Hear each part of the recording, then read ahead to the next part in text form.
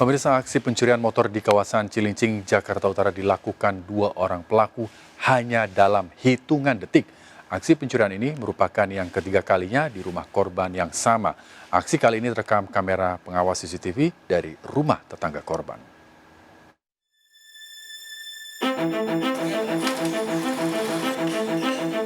Rekaman CCTV ini memperlihatkan aksi pencurian motor yang terjadi di kawasan Kalibaru, Cilincing, Jakarta Utara pada malam hari.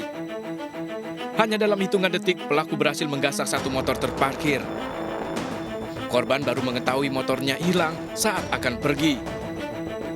Dari rekaman CCTV tetangga korban terlihat 2 pelaku beraksi dengan membagi tugas. Korban pun menyebut kejadian ini merupakan ketiga kalinya ia kehilangan motor saat terparkir di depan rumahnya. Saya lagi mau pergi, itu juga dia motor kunci ada, tapi motor udah nggak ada. Saya langsung cek CCTV tetangga saya, sama di pos RW saya kan ada CCTV. Itu saya cek posisi CCTV, benar motor saya dicuri. Kalau dari CCTV pelakunya 2 orang. Jadi dia satu motor, posisinya dia 2 orang. Yang satu nungguin di motor, yang satu yang bawa motor saya. Korban telah melaporkan kejadian ini ke Polsek Cilincing dan berharap rekaman CCTV bisa memudahkan polisi menangkap pelaku. Dari Jakarta, Vendra Kurniawan melaporkan. Ratusan warga keracunan usai menyantap nasi uduk yang diberikan setelah acara pengajian. Korban mengalami pusing dan mual memadati seluruh ruangan puskesmas. Polisi memeriksa sisa makanan untuk mengetahui kandungan yang membuat warga keracunan.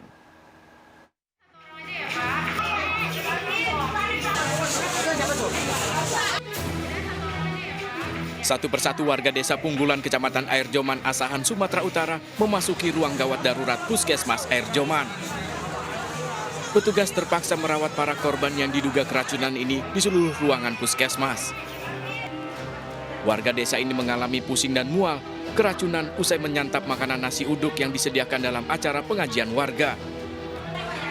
Warga menyebut para korban langsung mengalami lemah, pusing, dan mual usai menyantap nasi uduk berisi telur dan mie yang dibawa pulang.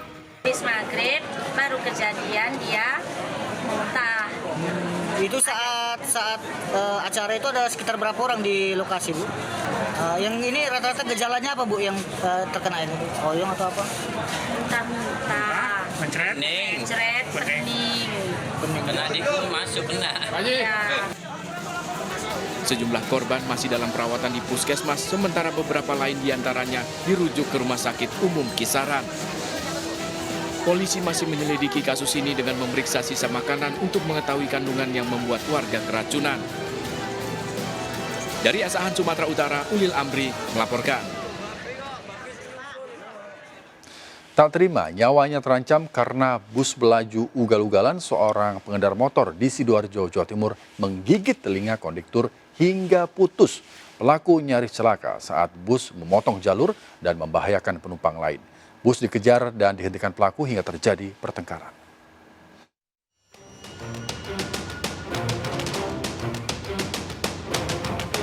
Rizal Adiputra ditangkap polisi setelah dilaporkan seorang kondektur bus Krian Sidoarjo yang putus telinganya. Rizal mengakui jengkel dengan ulah bus yang memotong jalan saat pelaku melaju di jalan raya dan membahayakan pengendara lain. Sebelah kiri, ada bis yang melaju cepat dari sebelah kanan. Setelah itu saya nggak jadi, saya dari belakangnya bis. Rizal kemudian mengejar bus dan berhasil menghentikan hingga terjadi pertengkaran. Rizal dikeroyok awak bus kemudian melakukan pembelaan diri. Ya karena saya dikeroyok sama orang 3, dipukul tadi dari belakang terus dibeting. Dengan spontan saya nggak bisa ngapa-ngapain, langsung gigit tadi.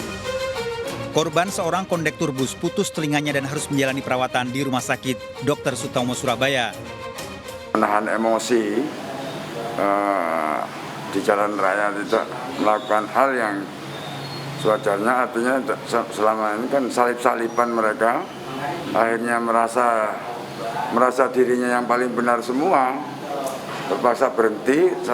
Setelah itu mereka cekcok mulut. Setelah cekcok mulut terjadilah pertengkaran atau perkelahian sehingga menggigit secara spontan, mereka menggigit telinganya. Pelaku terancam hukuman 7 tahun penjara dan masih menjalani pemeriksaan di kantor polisi. Sebaiknya selalu menjaga diri dan menahan emosi serta patuh lalu lintas saat berkendara di jalan raya.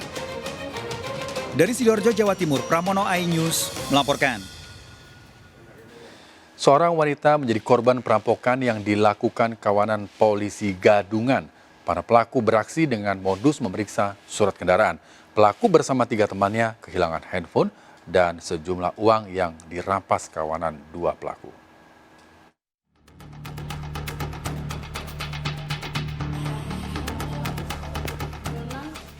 Yesi, warga Jalan Piparaya, Jakabaring, Palembang ini melaporkan aksi perampokan yang dialaminya di kawasan wisata Kembang Ikan. Perampokan terjadi saat ia bersama seorang rekannya menunggu temannya yang lain di dalam mobil. Tiba-tiba korban didatangi 2 pelaku yang mengaku sebagai anggota polisi meminta memeriksa surat kendaraan. Pelaku kemudian ditodong senjata api, meminta handphone dan tas korban.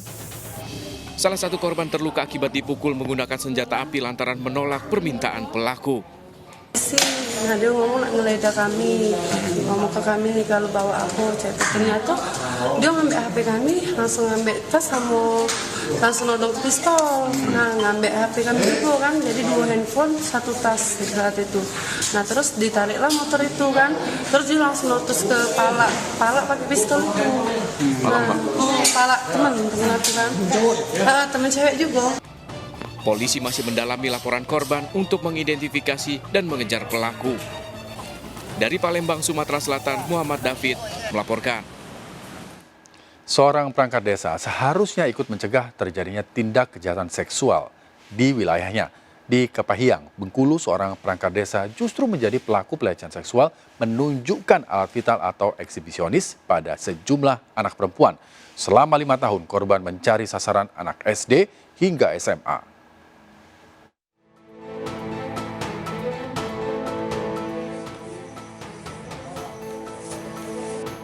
Rohayadi, perangkat desa di seberang Musi Kepahiang ini ditangkap polisi di rumahnya setelah dilaporkan orang tua korban pelecehan seksual. Pria berusia 34 tahun ini mengakui perbuatannya dan telah berulang kali melakukan pada sejumlah korban. Dalam pemeriksaan di kantor polisi, bapak 2 anak ini mengaku sering menunjukkan alat vitalnya pada anak perempuan karena sudah menjadi kebiasaan.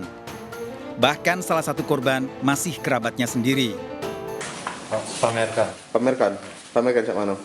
Kau buka? Ya. Sudahnya? Hah? Ya. Iya kan? Ya.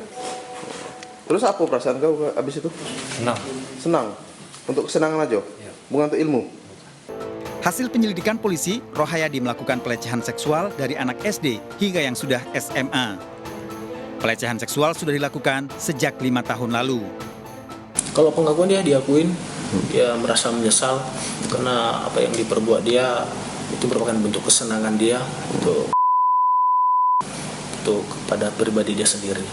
Itu ke anak-anak semua atau ada? Ya, ke anak-anak perempuan semua, khususnya anak-anak cewek yang berumur 7 tahun sampai 15 tahun. Tersangka terancam hukuman 12 tahun penjara dengan barang bukti rekaman video saat melakukan pelecehan seksual. Dari Kepahiang, Bengkulu, Endro Dwi Irawan iNews melaporkan. Seorang gadis di bawah umur nyaris menjadi korban perdagangan manusia di Makassar, Sulawesi Selatan. Kasus ini terungkap setelah korban kabur dari tempat penampungan. Modus pelaku menjanjikan bekerja di tempat hiburan malam di kota Dobo, Maluku.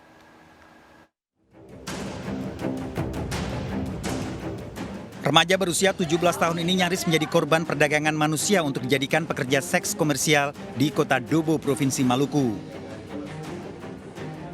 Terungkapnya kasus ini setelah korban kabur dari sebuah penginapan di Biringkanaya, Makassar. Kasus perdagangan manusia ini berawal dari korban yang ditawari pekerjaan di Maluku oleh seorang wanita yang dikenal di Jalan Kandea, Kota Makassar. Oleh pelaku yang baru dikenal, korban kemudian diserahkan ke wanita lain hingga disiapkan tiket untuk bekerja pada tempat hiburan malam di Dobo, Maluku. Setelah remaja wanita ini kabur, keluarga korban justru diteror untuk mengembalikan uang hingga 15 juta rupiah. Sebelumnya, komplotan perdagangan manusia ini telah memberangkatkan 4 wanita ke Dobo, Maluku. lari minta tolong di salah satu penjual dekat Darwisma. Di situ dia telepon kakaknya datang jemput.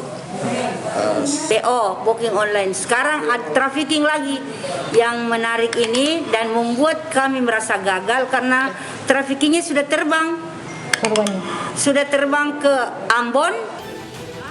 Kasus perdagangan manusia ini masih dalam penyelidikan polisi, termasuk memeriksa korban. Dari Makassar, Sulawesi Selatan, Julius Win, iNews melaporkan. Pemirsa, seorang warga Pontianak Selatan, Kalimantan Barat nyaris menjadi korban pencurian di rumahnya. Aksi pelaku dipergoki pemilik rumah saat berada di lantai 2.